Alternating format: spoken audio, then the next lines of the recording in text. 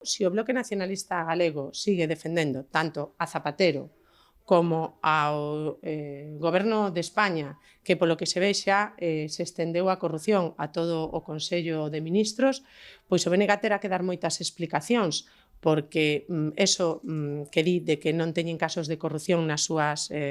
filas e que isto parece que afecta a outros, se fala en segunda persoa, a vostedes, os do PSOE, os do PP, non,